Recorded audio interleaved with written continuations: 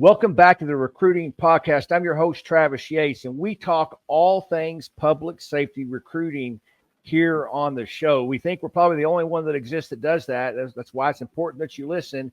If you believe in public safety, you believe in safe communities, and you believe in staffing your agencies full. Today's topic is websites.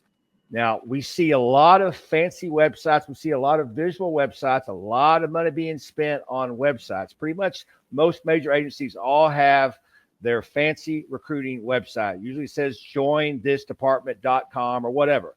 It's all great. You need a nice looking website because it's usually the first thing people will see when they look at your department. But what we see is the website may look visually good, but it's not optimized to get candidates and applicants. And we're going to bring Doug Larson in, CEO of Safeguard Recruiting, in a minute, because he's done a lot of work around this, and it's been pretty amazing. But I will just give you this tip before Doug comes on. Your website should send your visitors to make one decision. It should distract them.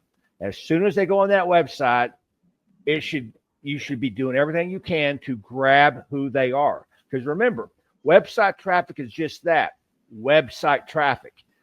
You can't recruit to traffic. You can only recruit to individuals. So your website should have a lead magnet that entices them to put their information in, where you can then start communicating with them. If you're not getting candidates and applicants from your website, the website may look great, but it's not actually working for recruiting. And we're going to bring on Doug Larson here to talk about this. Doug Larson, man, it's been a while. How are you, sir?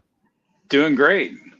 Well, man, I know you have been busy as all get out. You have some major clients around the country. They're just killing it. We won't name them right now. I'm sure we do some future episodes on those case studies. But is that your take on websites when you talk to clients or people that you're onboarding that are having issues with recruiting? Is that sort of what you're seeing? Yeah, you're right on with the websites. And we see a whole lot of different websites across the country, and can either be very productive for you or not do a whole lot. And just need to make some tweaks to them.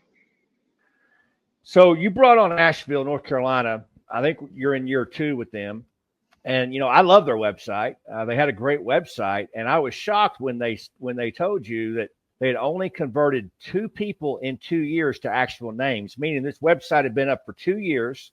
It was a new website, but in that 2-year time frame, they only got information for 2 people. What did you do to assist with that? And what was kind of going on causing that? Yeah, I mean, they did have a great website, and a lot of people have great websites. But if we get somebody on our website and we don't get them directed to where we can capture some information and move them to the right areas of that website to get the point across of moving them to the next level in their interest in our department, then it's not going to do much for us. And so we went in, we made some changes to their website. We made some modifications that made it easy for somebody to move on to the next step in the process. And it's worked really well for them, to the tune of, I mean, we have this thing dumping into our ATS, our Safeguard Connect. So it's seamless how the names generate in there for the Asheville recruiters. But making some changes, some modifications to that website, they're producing usually around 1 a day. Almost 25 to 30 people a month are coming in through their website now. The same website with some changes that did 2 people in 2 years. Yeah, that's pretty amazing. And I understand law enforcement in particular. I know you do corrections and fire as well, but I know I can speak for law enforcement, Doug, because I spent 30 years in that career. We're very visual, and we're very proud of the things that we have. We're big on our patches and our uniforms and our challenge coins, and we're very visual. And we've sort of done the same thing with our websites. Like, oh, it looks great. Well, looking great is different than producing, is it not? Oh, it certainly is. I mean, if you've got a great looking website, but it doesn't give the information or capture the information from the person, then it's not going to be productive for you. But the website you can make a great website that shows the culture of your department, the geographical area that you live in, and really sell your area. But when we get somebody on that website, we need to be productive for us before they leave. Yeah, and the important thing with Asheville is you're sourcing candidates for them. There's a price structure to that. But these 25 to 30 candidates through the website, that's not costing them anything. That's just because you optimize that one-time optimization for the website. I don't even know if you charge them for it, right? I know a lot of times you throw that in when you run campaigns.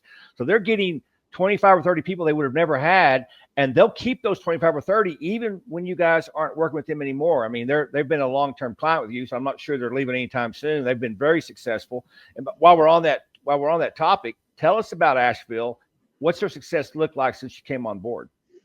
Yeah, they're an excellent partner. They do an excellent job up there. When they first came on board, they were down, I believe, like 42%. So they couldn't even do promotionals because they couldn't pull people off the road. They needed help immediately. And one thing is that website is going to be a constant pipeline for them forever because it's set up properly now and it's producing for them. But we have been able to come in and generate a lot of interest for Asheville to where they're doubling academy sizes, they're getting back to healthy staffing levels, and they've been a great partner for us. They do really well contacting people and following up with them. Yeah, because it is a numbers game. I know you more than doubled their applications and hence doubled more of their hires. And we're gonna get into that into a future episode where it's really about the data, it's really about the numbers, but they've seen tremendous success. And so great stuff on websites, Doug. This is probably one of the most simplest things that your company does, right? I mean, you provide websites to people. I know you're in the process of building several right now for clients. But because once you get them done, they're done as long as they're optimized right. And so, but you obviously offer that. And so I just want to finish the show. Thanks to you for listening. If you are listening, you can find out more information at safeguardrecruiting.com. And you can ask for Doug specifically and get right over to him. But we get questions into that website quite a bit. And there's one question comes up quite a bit, Doug. And the question I have, and you don't even know what's coming, I pulled these through, is the department is worried about spending thresholds. They have about a $10,000 spending threshold. Now, just so our audience that may not be in government may not realize that most government entities, you can spend so much money without going to a competitive bid. Now, Doug, I know you're not worried about competitive bids because you're literally the only one that is doing this in the industry, right? So there's not a lot of competition as long as people make the right decision on what recruiting actually is. And if you haven't watched our free training on recruiting and marketing, just hit our website up and go over to it. We'll explain all that to you. But his needs are more than $10,000 a year. He's down about 50 or 60 officers. He needs to spend more than $10,000 to get his staffing up, and he's just not familiar with the bid process. He's not familiar with that whole process. He's never done it before. He was asked just a bunch of questions. What would be your answer to him, Doug? And probably what was your answer to him? Yeah, I mean, being former law enforcement, I've been both sides of the RFP equation, and so I understand that process fully, and we're very comfortable going into that situation if we need to. But Safeguard, as well as departments, sure do like avoiding RFPs if we can. And we have cooperative contracts, cooperative purchasing contracts that are already in place. The RFP process has already been satisfied, and it works nationwide. Any department can be a part of it, and they can sign up through the cooperative. We'll walk them through it, and they can purchase through the cooperative and not have to go to RFP. And it'll satisfy the purchasing requirements, so they aren't limited at whatever their spend threshold is, and they can actually get what they need to fix their department. Yeah, these cooperative agreements started about a decade ago, if I remember right, because I was doing a bunch of RFPs in my agency, and you're right, what a pain, man. I mean, first off, you're dealing with a different department in the city or this county. They're not ever in a hurry to do this for your police department, right? And you're in a hurry. And then you've got to worry about, be able to pick the company that I want to pick. And a lot of times it's low bid, or there's all kinds of equations involved. And then about 10 years ago, we found out about these cooperative bids. A lot of states have them, and you're in a state that all 50 states can use. And what it is, in case you are wondering, is your services, Doug, are on that bid already with the pricing, and it sets and it resolves any requirements that any communities may have or departments may have for the RFP, and so they can go on there and it's like a buffet list. I want to get Safeguard Connect, an applicant tracking system. I want a website. I want to recruit this many people, and all your pricing's on there, and they just go through that and get it done. And you've had some success using that, haven't you, with your clients? Yeah, departments love it because it makes it a lot easier for them. And there's a lot of stress that goes into doing an RFP. You got to write it up. Then you've got to go through the process, and you're not really sure sometimes who you're going to get. Depends on what all the purchasing rules are. And this allows, we've been vetted. Everything's been vetted. All our services have been vetted. The pricing's been vetted. We've met the RFP requirements, and it's available to everybody. So it just makes it a lot simpler. And we've got departments jumping on that. It's like daily we're discussing it with departments. Good stuff, Doug. If you've been listening, you've been watching, thank you for doing that. We're sort of rebranding this. We called it the Police Recruiting Show for, I don't know, a year or so.